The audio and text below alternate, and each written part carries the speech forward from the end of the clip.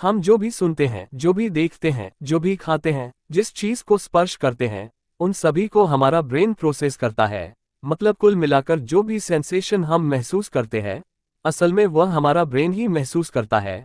मान लीजिए आपको एक ऐसी कंडीशन पर इमेजिन करने को कहा जाए जिसमें आपका पूरा शरीर सही तरीके से तो काम कर रहा है, आप सांस ले पा रहे हो, आपका हृदय धड़क रहा है, लेकिन आपका ब्रेन बेसिक लेवल में काम करे, मतलब केवल सिंपैथेटिक नर्वस सिस्टम ही काम करे, आप ठीक तरीके से चीजों को देख ना पाए, ना ही जो साउंड वेव हमारे कान में आ रही है उसको प्रोसेस कर पाए। आप लोगों को देख तो पाए लेकिन उनके तरफ उंगली उठाकर उन्हें पॉइंट ना कर पाए, या आप जीवन भर बेहोशी की हालत में रहे है ना। बिल्कुल भयानक सिचुएशन। ऐसे ही सिचुएशन होती है व्यक्ति की कोमा में।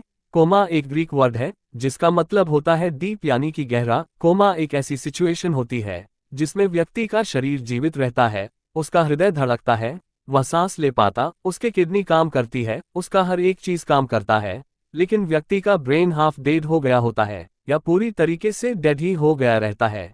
ये बिल्कुल भयानक कंडीशन होती है। अगर किसी व्यक्ति को दिमाग में बुरी तरीके से चोट लग जाए, दिमाग में इन्फेक्शन हो जाए या किसी भी तरीके से ब्रेन में ब्लड सप्लाई बंद हो जाए जिससे ब्रेन को ऑक्सीजन ही ना मिल पाए, तो व्यक्ति का ब्रेन डैमेज हो जाता है। व्यक्ति का ब्रेन किसी भी प्रकार के सेंसेशन को प्रोसेस ही नहीं कर पाता है, और फिर जब किसी जानने वाले या रिलेटिव को यह पता चलता है कि व्यक्ति की कंडीशन इतनी बुरी हो गई है तो वह व्यक्ति उसे तुरंत ही हॉस्पिटल ले जाता है।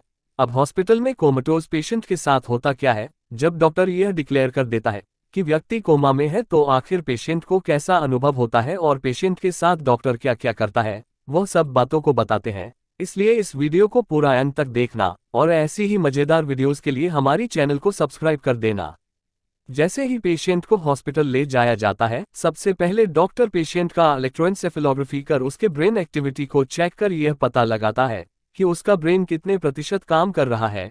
यह सब चेक करने के बाद डॉक्टर अगर यह कंफर्म कर दे कि व्यक्ति कोमा में है तो फिर डॉक्टर व्यक्ति के कोमा को 3 से 15 के स्केल में रैंक करता है। यहाँ पर 3 से मतलब यह है कि व्यक्ति को बहुत ही सेवर यानी गंभीर और बहुत ही डेंजरस किस्म का कोमा हो गया है। वहीं 15 का रैंक मतलब व्यक्ति सचेत है, वह रिस्पॉन्ड कर सकता है और उसके कोमा से रिकवर होने के चांस ज्यादा है। अब इस बात से आप यह तो समझ ही गए होंगे कि हर कोमा एक जैसा नहीं होता है। कुछ कोमा बहुत ज्यादा खतरनाक होता है तो कुछ में रिकवरी की चांस ज्यादा होती है। शिविर टाइप के कोमा जैसे वेजिटेटिव स्टेट ऑफ कोमा, जिसमें व्यक्ति स्माइल कर सकता है, बोल सकता है, लेकिन उसका ब्रेन बिल्कुल बेसिक लेवल पर काम करता है। और एक होता है कैटाटोनिया कोमा, जिसमें व्यक्ति का ब्रेन बिल्कुल भी रिस्पॉन्स नहीं कर पाता है, बस व्यक्ति बेहोशी की अवस्था में दिन भर लेता रहता है और वह कुछ भी नहीं कर पाता। और एक होता है कोमाटोज पेशेंट का ब्रेन डेथ हो जाना, यानी व्यक्ति के बचने का चांसेस बिल्कुल 0% होता है। व्यक्ति का बाकी का शरीर तो काम कर रहा लेकिन उसका ब्रेन अब डेड हो चुका होता है। गंभीर कोमा पेशेंट सपने देख पाते हैं कि नहीं, यह बात अभी पूरी तरीके से क्लियर नहीं है, पर कुछ का कहना है कि ऐसे पेशेंट भी सपने देख सकते हैं। और कुछ कम खतरनाक कोमा में पेशेंट को कुछ एक्सटर्नल स्टिम्युलस जैसे कुछ गहरे चोट देकर या फिर बार बार कुछ रिलेटिव्स की फोटो को दिखाना या आवाज को सुनाकर, जैसे फिल्मों में दिखाया जाता है कि हीरो हीरोइन की आवाज सुनकर ठीक हो जाता है, ठीक वैसे ही ऐसे पेशेंट को रिकवर किया जा सकता है। जी हाँ, फिल्मों में दिखाई देने वाली बात थोड़ा बहुत सही है, लेकिन पेशेंट बहुत ज्यादा सेवियर कोमेटोज ना हो तभी ये तरीका काम करता है।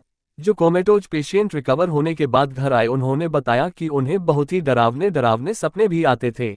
लेकिन आपको बता दें, पेशेंट जितना दिन तक कोमा में रहता है उसके ठीक होने के चांस उतने ही ज्यादा कम होते जाते हैं। एक बार कोई कोमा में गया तो उसके ठीक होने के चांस केवल 58% रह जाता है, 4 दिन बाद केवल 7% और 2 हफ्ते बाद तो केवल 2% ही रह जाता है।